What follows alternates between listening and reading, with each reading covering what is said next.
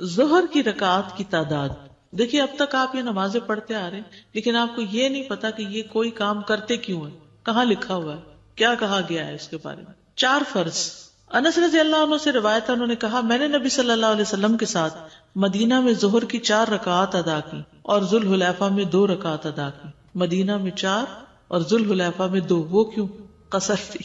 میں نے سوچا شاید آپ یہ سوچ رہے ہوں کہ کسی شہر میں کم اور کسی میں زیادہ. فرض سے پہلے 4 سنتیں. حضرت عائشہ سے روایت ہے نبی صلی اللہ علیہ وسلم ظہر سے پہلے 4 سنتیں اور نماز فجر سے پہلے 2 سنتیں کبھی نہیں چھوڑتے تھے. زوال کے بعد یہ رکعات پڑھنے کی اہمیت, یعنی فوراً بعد. عبداللہ بن صائب رضی اللہ عنہ سے مروی ہے کہ نبی صلی اللہ علیہ وسلم زوال کے بعد ظہر کی نماز سے پہلے 4 رکعتیں پڑھتے تھے اور فرماتے تھے کہ اس وقت آسمان کے دروازے کھول دیے جاتے ہیں, اس لیے میں چاہتا ہوں کہ اس وقت کوئی نیک عمل آگے بھیجوں. تو نماز سے زیادہ کیا نیک عمل ہو سکتا ہے؟ پھر آسمان کے دروازے کھلتے ہیں اس وقت, دعائیں قبول ہوتی ہیں اس وقت. سحری میں نماز پڑھنے کے برابر عمل ہے. جو شخص رات کو نہ جاگ سکتا ہو تو وہ دن کے نوافل پڑھ لے. ابو صالح مرفوعاً اور مرسلاً دونوں طرح بیان کرتے ہیں کہ رسول اللہ صلی اللہ علیہ وسلم نے فرمایا نماز ظہر سے قبل 4 سنتیں سحری کے وقت کی نماز کے برابر ہو جاتی ہیں. یعنی ظہر سے پہلے کی 4 سنتیں آپ یوں سمجھیں کہ تہجد ہیں آپ کی, اتنا اجر ہے ان کے پڑھنے کا. اگر ہم رات کو نہیں پڑھ سکتے تو دن کو تو پڑھنے کا اہتمام کریں نا. جنت میں محل بننا. نبی صلی اللہ علیہ وسلم نے فرمایا جس نے نماز چاشت کی 4 رکعات اور ظہر سے پہلے 4 رکعات پڑھی اس کے لیے جنت میں ایک گھر بنایا جائے گا. چاشت کی 4 اور ظہر سے پہلے 4. پھر ہے فرض کے بعد 4 رکعات پڑھنے کا جواز اور اس کی فضیلت. یعنی ظہر کی سنتیں ہو گئی فرضوں سے پہلے, پھر فرض پڑھے, فرض کے بعد کیا پڑھیں گے؟ 4 اور رکعتیں. نبی صلی اللہ علیہ وسلم نے فرمایا جس نے نماز چاشت کی 4 رکعات اور ظہر سے پہلے 4 رکعات پڑھی اس کے لیے جنت میں گھر بنایا جائے گا. ام حبیبہ کہتی ہے کہ رسول اللہ صلی اللہ علیہ وسلم نے فرمایا جو شخص ظہر سے پہلے 4 رکعات اور اس کے بعد کی 4 رکعات کی پابندی کرے گا وہ آگ پر حرام کر دیا جائے گا. ظہر کے بعد کیا پڑھتے ہیں عام طور پر لوگ؟ 2 سنت مؤکدہ پڑھتے ہیں اور 2 نفل پڑھتے ہیں. بیسیکلی نفل یا سنت ایک ہی چیز ہے. اس حدیث میں ظہر سے پہلے بھی 4 رکعات کا ذکر ہے اور اس کے بعد بھی. ٹھیک ہے, اور بچپن سے یہ پڑھتے آ رہے ہیں نا 12 رکعتیں ظہر کی. ٹھیک ہے نا. لیکن اگر کوئی آخری 2 رکعتیں نہیں بھی پڑھتا اور صرف 12 بنانے کے لیے ظہر کی 6 رکعتیں صرف سنت پڑھتا ہے تو بھی کافی ہے. اور اس میں کوئی شک و شبہ نہیں کہ 4 رکعت 2 رکعت سے زیادہ کامل ہے. یعنی اگرچہ اجازت ہے 2 پڑھنے کی بھی لیکن 4 بہتر ہے. اگر انسان ظہر کے بعد 4 رکعت ادا کرے تو یہ زیادہ افضل ہے. ظہر کے بعد اگر وہ ظہر کے بعد کی 2 رکعت اور ظہر سے پہلے کی 4 رکعت کی حفاظت کرے تو اس طرح وہ سنت مؤکدہ کو ادا کرنے والا ہوگا. یہ وہ رکعت ہیں کہ جو ان کی ہمیشہ حفاظت کرے گا اس کے لیے جنت میں گھر بنایا جائے گا. اسی میں یہ بھی ہے کہ جو آدمی ظہر سے پہلے 4 رکعت اور بعد میں 4 رکعت پر دوام کرے گا اس پر آگ حرام کر دی جائے گی. بس یہ حدیث ظہر سے پہلے کی 4 رکعت اور اس کے بعد کی 4 رکعت پر فضیلت کرتی ہے. کون سی حدیث ہے؟ جو ان کی حفاظت کرے گا اس کے لیے جنت میں گھر بنا دیا جائے گا. فرض سے پہلے اور بعد میں 2 رکعت پڑھنے کا جواز بھی ہے. 4 کی بجائے 2 بھی پڑھ سکتے ہیں, 2 پہلے 2 بعد میں. ایک صورت کیا ہے؟ 4 پہلے 4 بعد میں. کس کے بعد میں؟ ظہر کے فرض کے بعد میں. اور ایک کیا ہے؟ 2 پہلے 2 بعد میں. عبداللہ بن عمر رضی اللہ عنہما سے روایت ہے انہوں نے کہا میں نے رسول اللہ صلی اللہ علیہ وسلم کے ساتھ ظہر سے پہلے 2 رکعتیں ظہر کے بعد 2 رکعتیں ادا کی ہیں. سنتوں کو 2 کر کے پڑھنا. ابن عمر رضی اللہ عنہما سے روایت ہے کہ نبی صلی اللہ علیہ وسلم نے فرمایا رات اور دن کی نماز 2 رکعت ہے. سنتوں میں لمبا قیام کرنا. آپ ظہر کی نماز سے پہلے 4 رکعتیں پڑھتے تھے, ان میں لمبا قیام کرتے اور اچھے انداز میں رکوع سجدے کرتے تھے. اب ظہر کی سنتیں ہو گئی. کیا صورتیں ہیں اس کی 2؟ اس کا فائدہ بتا دیجیے. جو 4 پہلے اور 4 بعد میں پڑھتا ہے آگ حرام اس پر. اور جو شخص 4 پہلے پڑھتا ہے 2 بعد میں پڑھتا ہے along with other فجر اور مغرب عشاء کی سنتوں کے ساتھ ٹوٹل 12 کر کے اس کی جنت واجب. ایک جنت کو واجب کر رہی ہے چیز اور ایک آگ سے بچا رہی. 4 پڑھ رہے ہیں لیکن اچانک امام نے مطلب اعلان کر دیا اور قیام ہو گیا تو ہم وہاں پہ تشہد میں پہلے والے میں ہیں تو ہم سلام پھیر دی تو ہماری 2 کاؤنٹ ہو گئی. 2 کاؤنٹ. اگر تو آپ سمجھتے نا کہ تراویح لمبی پڑھائیں گے تو آپ وہ سنت اگر شروع کی ہوئی تو پوری کر لیں, ٹھیک ہے, کیونکہ آپ ان اینی کیس جا ملیں گے ان سے. لیکن اگر فرض شروع ہو گیا کسی وجہ سے تو پھر آپ چھوڑ دیجیے. سر اگر جیسے مس ہو جائیں, ایون یہ جو سنتیں ہیں یہ اگر جیسے مس ہو جائیں تو آفٹر سن سیٹ بھی ہم جیسے مغرب کے بعد ہی پڑھ سکتے ہیں پھر, جسٹ ٹو کاؤنٹ کہ ہماری 12 پوری ہو جائیں. جی مغرب کے بعد ویسے تو نماز ہے, نوافل ہیں, یعنی ان کی انٹینشن یہ ہو کہ جو میری مس ہو گئی ہیں وہ عصر کے بعد تک کا تو ملتا ہے, مغرب کے بعد تک کی کوئی وہ ملتی نہیں ہے, کیونکہ یہ دن کے نوافل ہے بیسیکلی. جی جی, اور دن ختم ہو چکا ہے. کسی کی سچویشن ایسی ہو گئی تھی تو اس لیے میں پوچھ رہی ہوں کہ کوئی بات نہیں, وہ اللہ تعالیٰ کو پتہ. یاد رکھیے جو شخص کسی عمل پہ دوام کرتا ہے نا تو کبھی نہیں بھی کر سکتا تو اس کا اجر لکھ لیا جاتا ہے. ٹھیک ہے. السلام علیکم ورحمۃ اللہ وبرکاتہ. وعلیکم. میرا سوال یہ ہے کہ چارج کی جو 4 رکعت جو پڑھی اور جو ظہر کی سنتیں ہیں 4 رکعت پڑھی, اس کا اجر یہ ہے کہ جنت میں گھر ملے گا. تو جو چارج کی 4 رکعتوں میں بعض کا اگر کوئی 2 نوافل پڑھ لے, جیسے بعض کا استخارہ کے لیے 2 نفل پڑھ لیے جاتے ہیں یا حاجت کے, تو وہ اس میں کاؤنٹ ہوں گے؟ کوئی حرج نہیں, پڑھ لیں. مسجد میں جاتے ہیں, پتہ چل گیا سب کھڑے ہو گئے اور میں بھی کھڑی ہو گئی. اب بات پڑھتے پڑھتے پتہ چلا کہ اب سلام پھیرنے کا وقت آ گیا, مگر یہ تو 2 رکعت کمپلیٹ کرنی تھی یا 4 رکعت کمپلیٹ ہونی چاہیے تھی, تو کیپ گوئنگ کرو یا سلام پھیر دو؟ وہ تو پوری کرنی ہوگی. ابھی ہم اس ٹاپک پہ آئے نہیں ہیں, کیونکہ جو امام نے نماز پڑھی اس نے تو 4 پڑھ لی, لیکن آپ آخری رکعت میں گئے. ہاں جی, تو آپ کو اپنی 3 پوری کرنی ہوگی کھڑے ہو کے. تو کیپ گوئنگ کروں کہ سلام پھیرے بعد واپس سلام پھیرنے سے پہلے کھڑی ہو جائیں. ابھی وہ 4 سنت بعد والے جو کہا کہ اگر عادت ہے ہماری 2 ہی پڑھنے کی تو پھر وہ 2 بھی پڑھ لوں یا صرف 4 پڑھ کے کافی ہو جائے؟ 2 مؤکدہ ہیں اور جو باقی 2 ہیں وہ غیر مؤکدہ ہیں. تو 12 جو بنے گی نا وہ ان 2 مؤکدہ کے ساتھ مل کے بنے. ٹھیک تو ہے, 4 پڑھ کے پھر 2 پڑھ لوں. 4 پڑھ کے ظہر سے پہلے 2 پڑھ لی, ظہر کے بعد ہو گئی آپ کی. ٹھیک ہے, 2 پڑھنے کی ہمیں عادت ہے, ظہر کے بعد 2 پڑھنے کی عادت ہے, تو 4 ہی پڑھیں بس. اگر آپ نے 4 پڑھنی ہے تو 2 کر کے 4 کریں گے. استاذہ ابھی آپ نے فرمایا ظہر میں فرض میں 2 سنت اور 2 بعد میں, یہ بھی دوسری صورت ہوتی ہے؟ ایسا بھی کر سکتے. السلام علیکم استاذہ جی, میرا سوال یہ ہے کہ 4 فرض سے پہلے ہم جو 4 سنتیں پڑھتے ہیں وہ 2 کر کے پڑھنی چاہیے یا ایک ساتھ 4 پڑھنی چاہیے؟ دونوں طرح پڑھ سکتے. بہتر 2 کر کے پڑھنا ہے, لیکن اگر کٹھی بھی 4 پڑھی تو کوئی حرج نہیں. عصر کی رکعات کی تعداد, عصر کی نماز 4 فرض. صائب بن یزید سے مروی ہے, وہ کہتے ہیں کہ ظہر اور عصر کی نماز 2 رکعت فرض کی گئی تھی, تو صحابہ ظہر کے بعد 2 رکعت اور عصر کے بعد 2 رکعت ادا کرتے تھے. جب ظہر اور عصر کی نماز 2 رکعت تھی نا تو صحابہ کیا کرتے تھے, ظہر کے بعد بھی 2 رکعت پڑھتے تھے اور عصر کے بعد بھی 2 رکعتیں پڑھا کرتے تھے. اتنی بات سمجھ آ گئی؟ اوکے. پھر ان پر ظہر کی 4 رکعت اور عصر کی 4 رکعت فرض کر دی گئی. یہ پیچھے بھی گزر چکی ہے نا بات. جب ان پر 4 رکعتیں فرض کر دی گئی تو انہوں نے 2 نفل رکعتیں پڑھنی چھوڑ دی, عصر کے بعد کے 2 نفل چھوڑ دیے. فرض سے پہلے 4 رکعت کی فضیلت, فرض سے پہلے 4 رکعت کی فضیلت. یہ کون سے فرض ہیں؟ عصر کے. ابن عمر سے مروی ہے, انہوں نے کہا کہ رسول اللہ صلی اللہ علیہ وسلم نے فرمایا, اللہ اس شخص پر رحم فرمائے جو عصر سے پہلے 4 رکعتیں پڑھے. عصر سے پہلے 4 رکعتیں پڑھنے والے کے لیے کیا ہے؟ اللہ کی رحمت. عصر کے بعد چھوٹی ہوئی نماز پڑھنے کا جواز. کون سی نماز چھوٹی ہوئی؟ جو ظہر کی چھوٹ گئی تھی آپ کی. ٹھیک ہے, یہ بڑی دلچسپ حدیث ہے. قریب مولا ابن عباس سے مروی ہے کہ عبداللہ بن عباس رضی اللہ عنہما عبد الرحمن بن اظہر اور مسور بن مخرمہ نے انہیں نبی صلی اللہ علیہ وسلم کی زوجہ حضرت عائشہ کی خدمت میں بھیجا. قریب جو ہے یہ ابن عباس کے آزاد کردہ غلام ہے. ٹھیک ہے, تو عبداللہ بن عباس, عبد الرحمن بن اظہر اور مسور بن مخرمہ نے 3 لوگوں نے مل کے ابن عباس کے غلام قریب کو کہاں بھیجا؟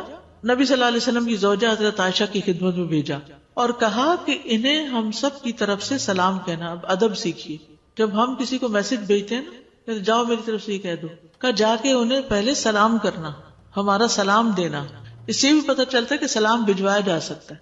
اور ان سے عصر کے بعد 2 رکعتوں کا مسئلہ پوچھنا اور کہنا کہ ہمیں معلوم ہوا ہے کہ آپ یہ رکعتیں پڑھتی ہیں, جبکہ ہمیں یہ بات پہنچی ہے کہ رسول اللہ صلی اللہ علیہ وسلم نے ان سے منع فرمایا کہ عصر کے بعد اب 2 رکعتیں نہیں ہیں, آپ کیوں پڑھتی ہیں یہ؟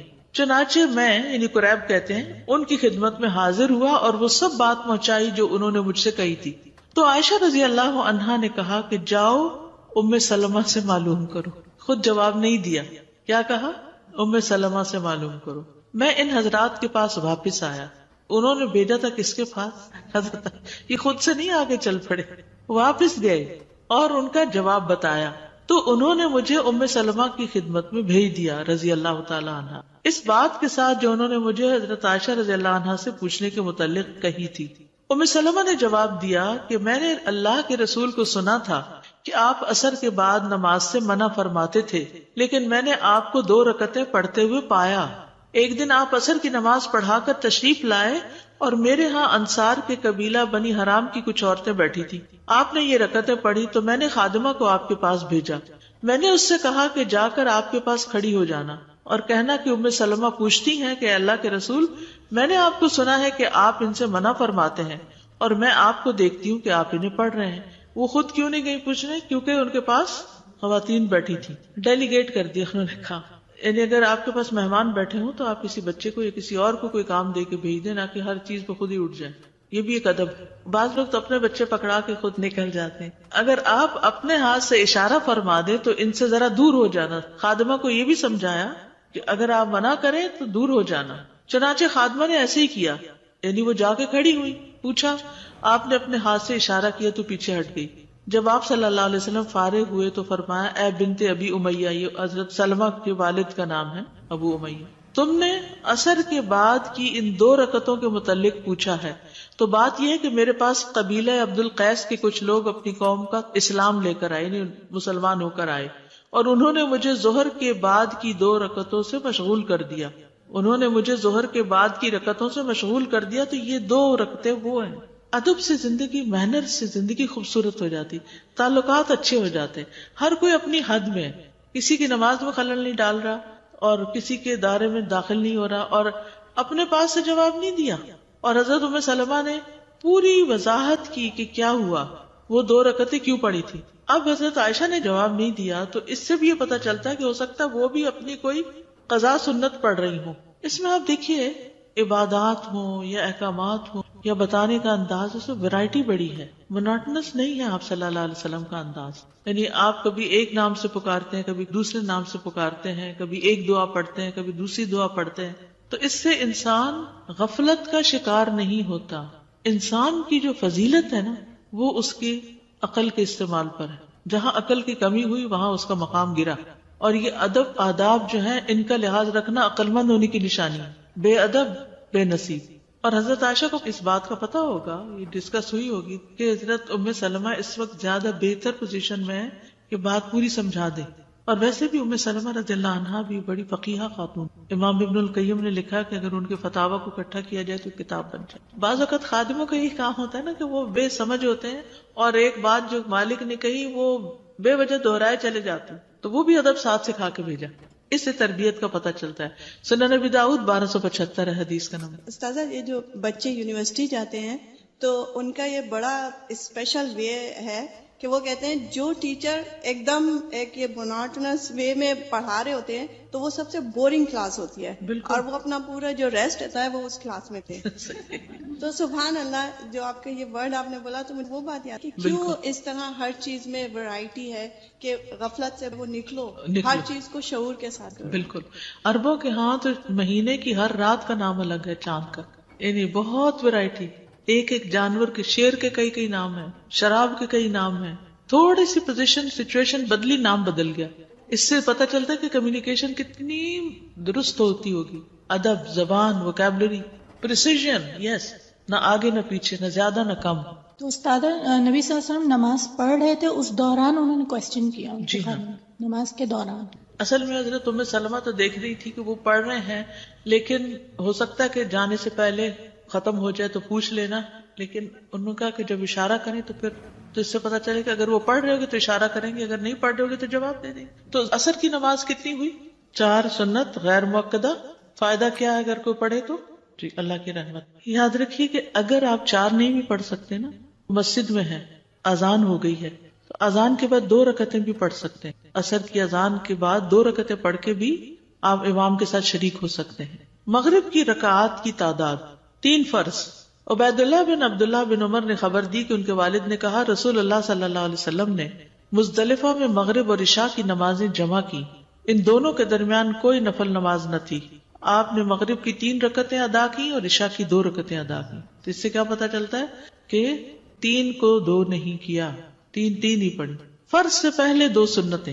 عبداللہ مزنی رضی اللہ عنہ سے روایت ہے کہ نبی صلی اللہ علیہ وسلم نے فرمایا مغرب سے پہلے 2 رکعتیں ادا کرو. تیسری مرتبہ فرمایا جو چاہے پڑھے. یہ اس لیے فرمایا کہ کہیں لوگ اس کو سنت موقدہ نہ بنا لیں.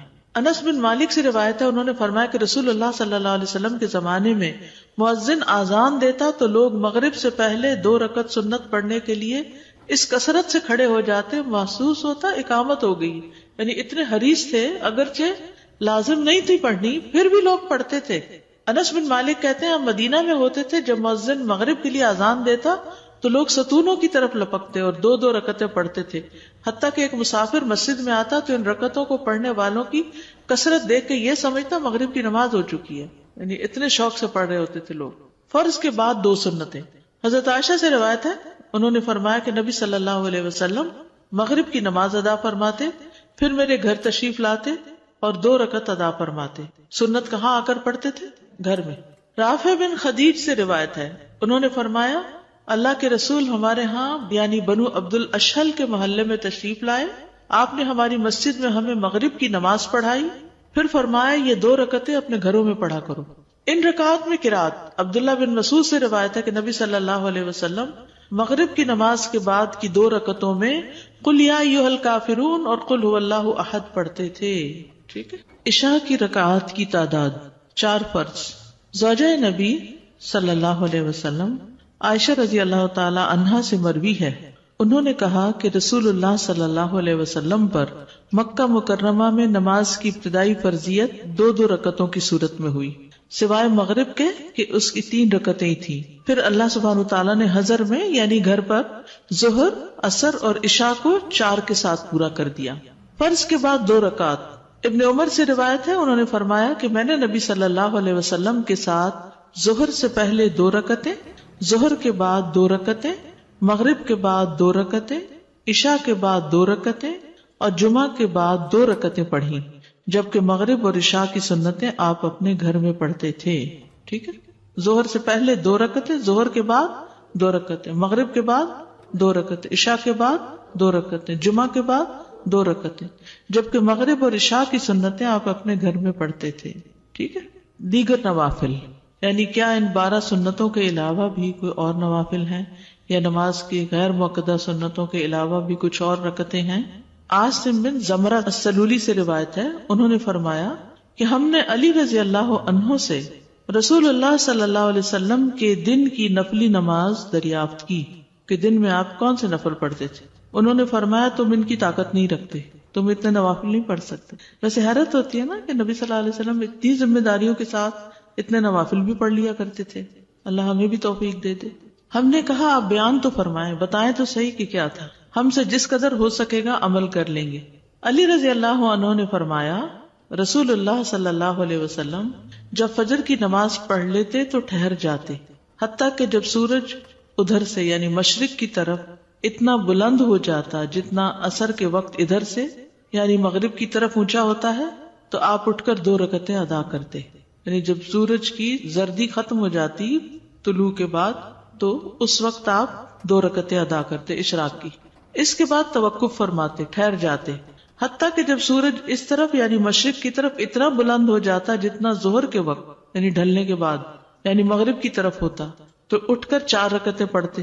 پھر جب سورج ڈھل جاتا تو ظہر کے فرضوں سے پہلے 4 رکعتیں اور ظہر کے بعد 2 رکعتیں پڑھتے اور عصر سے پہلے 4 رکعتیں پڑھتے اور 2 رکعتوں کے درمیان مقرب فرشتوں، نبیوں اور ان کی پیروی کرنے والے مسلمانوں اور مومنوں کے لیے سلامتی کی دعا کا فاصلہ کرتے، تشہد پڑھتے. اس میں آتا ہے نا السلام علینا وعلی عباد اللہ الصالحین.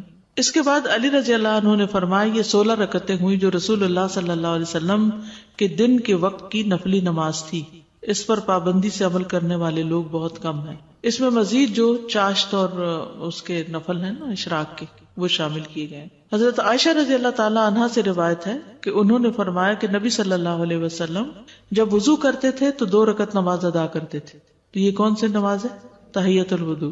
پھر نماز کے لیے مسجد کی طرف نکل جاتے. ہر اذان اور اقامت کے درمیان نماز ہے، یعنی یہ بس ایک اصول یاد رکھیے. آذان اور اقامت کے بیچ میں نماز ہے. عبداللہ بن مغفل سے روایت ہے، انہوں نے کہا کہ اللہ کے نبی نے 3 بار فرمایا ہر 2 آذانوں کے درمیان نماز ہے. تیسری بار فرمایا جو کوئی چاہے پڑھ لے، یعنی مؤکدہ نہیں ہے. ٹھیک ہے. عبداللہ بن زبیر رضی اللہ عنہ سے مرفوع مروی ہے کہ نہیں ہے کوئی فرض نماز مگر اس سے پہلے کم از کم 2 رکعت نفلی نماز ہے. علی رضی اللہ عنہ سے روایت ہے، انہوں نے فرمایا کہ نبی صلی اللہ علیہ وسلم اقامت کے وقت 2 رکعت نماز پڑھتے تھے. مغرب اور عشاء کے درمیان نوافل ادا کرنا، مغرب اور عشاء کے درمیان. انس رضی اللہ عنہ نے اللہ عز و جل کے اس فرمان کانوا قلیلا من اللیل ما یہجعون، یہ لوگ رات میں بہت کم سوتے تھے، اس کی تفسیر میں فرمایا کہ صحابہ مغرب اور عشاء کے درمیان نماز پڑھا کرتے تھے. مغرب اور عشاء کے درمیان نوافل. بعض لوگ ان کو اوابین کا نام دیتے ہیں، حالانکہ اوابین چاشت کی نماز کے لیے آتا ہے. یہ نوافل بہرحال ہیں، یعنی ان کی دلیل پائی جاتی ہے. اور یحییٰ کی روایت میں یہ اضافہ ہے کہ آیت کریمہ تتجافا جنوبہم سے بھی یہی مراد ہے، یعنی مغرب اور عشاء کے بیچ میں سوتے نہیں تھے، آرام نہیں کرتے تھے، بلکہ نوافل پڑھا کرتے تھے. اب دیکھیے کتنی ہمت تھی ان کی. سارا دن کام کے بعد جب لوٹے تو گھر پہنچ کے یعنی مغرب پڑھ کے آئے، گھر آ کے پھر نماز شروع کر دی، پھر عشاء پڑھنے چلے گئے. کیونکہ لکل وجہۃ ہوا مولیھا، ہر ایک کے لیے ایک سینٹر آف لائف ہوتا ہے، اسی کی طرف پلٹ پلٹ کے جاتا ہے. تو صحابہ سب سے بڑھ کر عبادت گزار لوگ تھے. اسی لیے آتا ہے نا قرآن مجید میں تراہم رکعا سجدا یبتغون فضلا من اللہ ورضوانا سیماہم فی وجوہہم من اثر السجود. تو یہ جو قرآن میں آیت آتی ہے، احادیث اس کی عملی تفسیر ہے. ہماری زندگی میں سب سے کم امپورٹنس اگر کسی چیز کو ہے، اوورآل اجتماعی طور پہ بات کریں گے، وہ نماز ہے. بے دھڑک شادیوں میں گئے ہیں، نماز کی پرواہ نہیں، فوتگی میں گئے ہیں، نماز کی پرواہ نہیں، سفر میں ہیں، نماز کی پرواہ نہیں. لیسٹ بادریشن ہے نماز کے بارے میں. بس ٹھیک ہے پڑھ لی تو پڑھ لی، نہیں تو کوئی بات نہیں، جب جی چاہا قضا کرے. سوتے پڑے رہ گئے کوئی بات نہیں. تو اس سے پھر ہمیں پتہ چلتا ہے کہ ہمارے اندر سینس آف رسپانسبلٹی کتنی ہے. انسان کی کامیابی اس وقت تک ہو نہیں سکتی جب تک کہ وہ غفلت سے نہیں نکلتا. فویل للمصلین الذین هم عن صلاتهم ساہون. اور خصوصاً نماز کے بارے میں غفلت جب تک نہیں چھوڑتے. اور ایک حقیقت ہے کہ جو نماز کے بارے میں فکر مند ہوتا ہے نا، وہ اپنے باقی فرائض کے بارے میں بھی فکر مند ہوتا ہے، کیونکہ یہ فکر مندی اس کی عادت بن جاتی کہ مجھے اپنی ذمہ داریاں پوری کرنی ہے، اپنی رسپانسبلٹیز نبھانی ہے.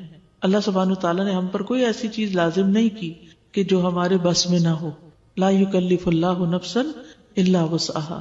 ہم فارغ ہوتے ہیں تو کیا کہتے ہیں؟ بور ہو رہے ہیں، کچھ سمجھ ہی نہیں آتا کیا کریں، کوئی کرنے کا کام ہی نہیں ہے. خاص طور پر اگر کہیں سفر پہ گئے ہیں یا کسی ایسی جگہ پر ہیں جہاں ہم اپنی روٹین سے الگ ہیں. کچھ لوگ ہوتا ہے نا کہ وہ روٹین کے اندر بندھے بھی ہوتے ہیں، اس کے ساتھ چلتے رہتے ہیں، جو روٹین کھلی پھر اس کو سمجھ نہیں آ رہا اب کیا کریں خود. لیکن نماز کی طرف تو دھیان ہی نہیں جاتا کہ چلے نوافل ہی ادا کر لیتے ہیں. دن کے نوافل بھی ہیں، رات کے بھی ہیں. ہمارے کلچر میں نماز کم ہے، فرض کی ادائیگی ہی کم ہے، نوافل تو دور کی بات ہے. وہ اسلام ہماری زندگیوں میں داخل نہیں ہوئی نا. ادخلوا فی السلم کافہ والی بات نہیں.